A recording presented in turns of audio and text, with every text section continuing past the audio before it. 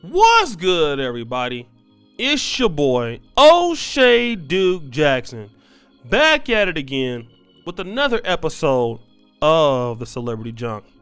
And I want to talk about something that is sort of dear to my heart, right? We saw the post from the law school graduate from Southern University that talked about he was the prize, and a lot of African Americans took offense, both men and women, but the majority of it was from women, that had somewhat of an issue of him pretty much elevating himself to what the so-called prize is in the black community. And we did a stream on this on our Hall of Game podcast. Why are so many people upset when successful black men claim that they are the prize? And I want to discuss that right now without putting down, anybody, whether it be, black men or black women, just, giving my own anecdotal experience. In such cases, when you're coming up in, what is a black community, especially if it's, where poverty is more rampant, people do not have a lot of expectations of you. They just don't, now, depending on what kind of family you grew up in, your parents, depending on their outlook on life and what they see for you for the future, certainly they can have expectations for you. And if you come from good stock, you will exceed or meet those expectations. But usually when it comes to black men, we just are not supposed to be anything. Now, black women, even if you come up in the same household as a sister, and if it's a single mom, the mothers pay more attention to the ladies, and they don't pay attention to the boys, right? And so the boys don't end up becoming as successful.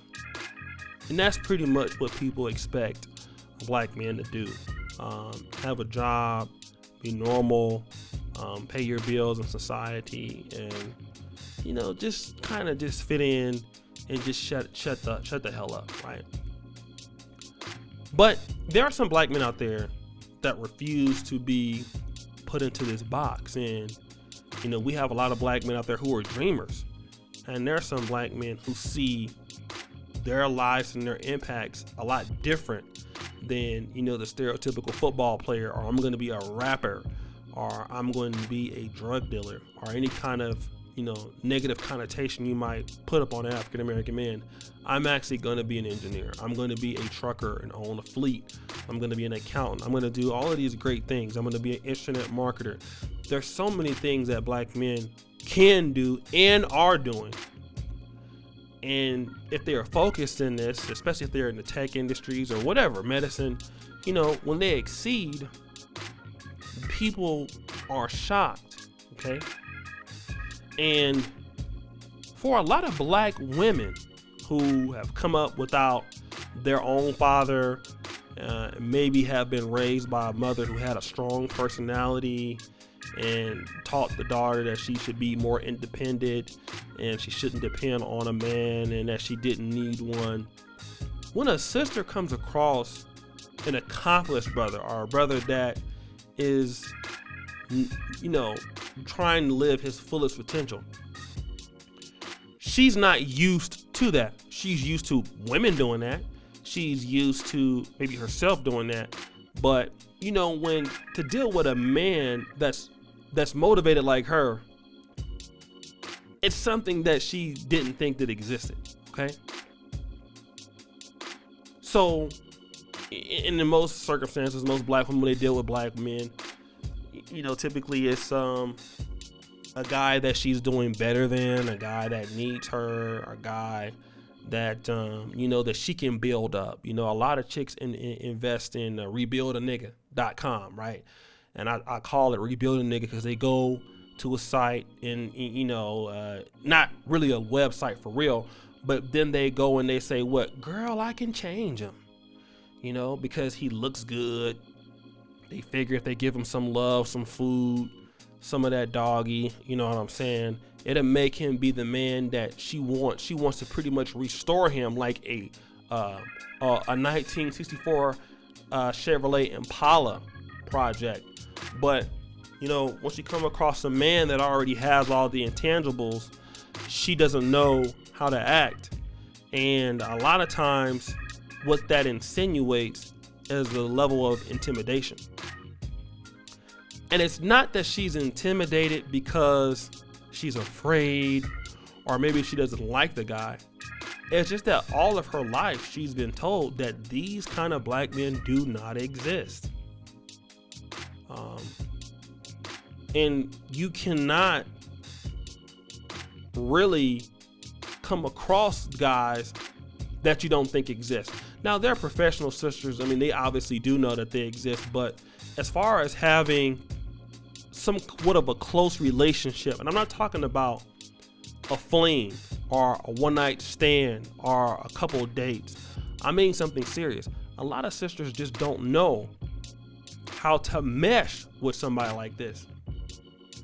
And the tactics that may be used on a more unaccomplished man or a guy who might respect what she's doing or look up to what she's doing, it's not going to impress a black man who's very successful. It's just not. For some ladies, talking about they have their own car, their own house, a college degree, their own credit card. For a guy who's not successful, those things are, it's amazing, right? Like, man, my girl got her own car, she got her own house, she don't need my help. But for a guy who has been achieving most of his adult life, he's gonna look at that as this is what adults do. And even if you are a very successful sister, you're making 200 grand a year, 250, 170. I mean, that's still great. Like, black men respect that. Don't get me wrong. When we see a black woman who's doing great things, we don't look to minimize it. I think that's a myth. When black women are doing well, if anybody can respect it, we will, right? We know that if you have went to school and worked hard, we're going to give you all the praise that you deserve, because we know that those things are hard to achieve. But the case is, or actually, when a black man does it, that same level of reciprocation is not there. And a lot of sisters are intimidated with black men that have options.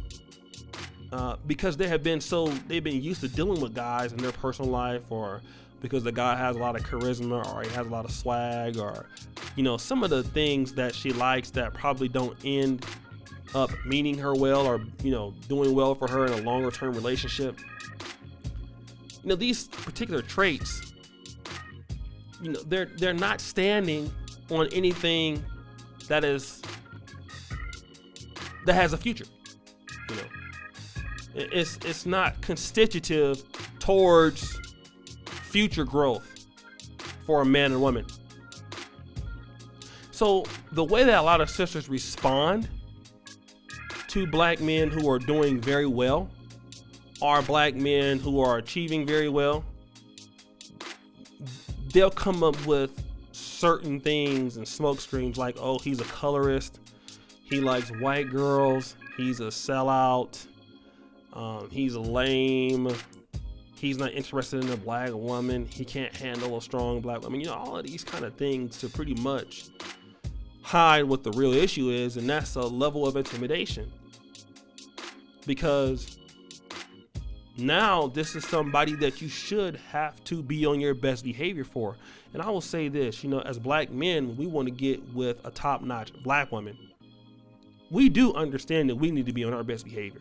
Let's just be real. Even if you're a high-value man, if you're living in the DC area, you're living in the Atlanta area, even if you're a guy that has access to a lot of women, no matter how professional you are, you need to have a haircut, you need to be looking straight, you need to be looking good. You need to have your house clean. You need to have all these things together, because when you're around high quality black women, you need to make an impression, right? You're gonna need to be funny, charismatic. Because this is a woman that's worth spending your time.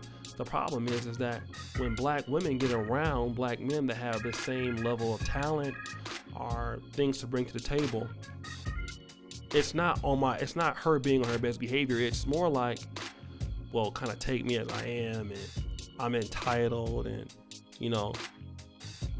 already discounting herself out the race, because there's a level of intimidation there.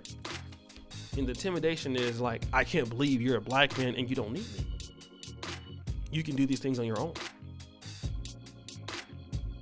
So now you can pretty much nullify all of the things that I can do. For a guy that needs you to use your car or to use your place to stay, that's important. But then when a man can come and nullify the best things that you can do, it's just like Floyd Mayweather in a fight. He could take your best weapon and use it against you. That's pretty much what talented black men do. It's like, okay, you make a lot of money, you're educated. Okay, cool. That's nice, but that's not why I'm talking to you. I would love you for your intangible qualities, the femininity, the way you might make me feel, the way you might make me want to be with you because you're a woman that have these certain characteristics that I'm looking for in a woman. I'm compatible with your personality. A lot of black men pay attention to these details, and a lot of sisters do not invest enough time into that. So therefore, the intimidation factor comes in, and so they make up stories. Because now your education won't get you in. All right, and now it's every other story while it didn't work out, or stuff like that. And really what the case is that brother has neutralized the best thing that you have to offer. And if it's not, what you got behind you or what you brag on, then it's what else, right? What else do you have? And when we can't have that conversation, that's when the intimidation sets in. And the real case about it is, and the brother was telling the truth, competition is severe for black men to have something to offer. All right, the other races of women understand this. High value men are something that you got to compete for. You might not like what he said or how he said it, but it doesn't take away from the fact that it's true. He is a law school graduate. He passed the bar. He will be an attorney. And in 5 or 6 years, he will have many opportunities. Are you going to be the woman that's in the position to get a man like that? It's a simple yes or no. And if the answer is no, you need to work on how to stop being intimidated as a sister. That's just pretty much where we're at. So guys, it's your boy O'Shea Duke Jackson, hitting you up with another haul of game. Not a haul of game, but a celebrity junk. Subscribe, hit the bell. Don't forget to go to the first comment. Check us out on Facebook.com/Negro Manosphere. Patreon. All my information is pinned to the top. And guys, as you know, the buffoonery remains at an all-time high. I'm out.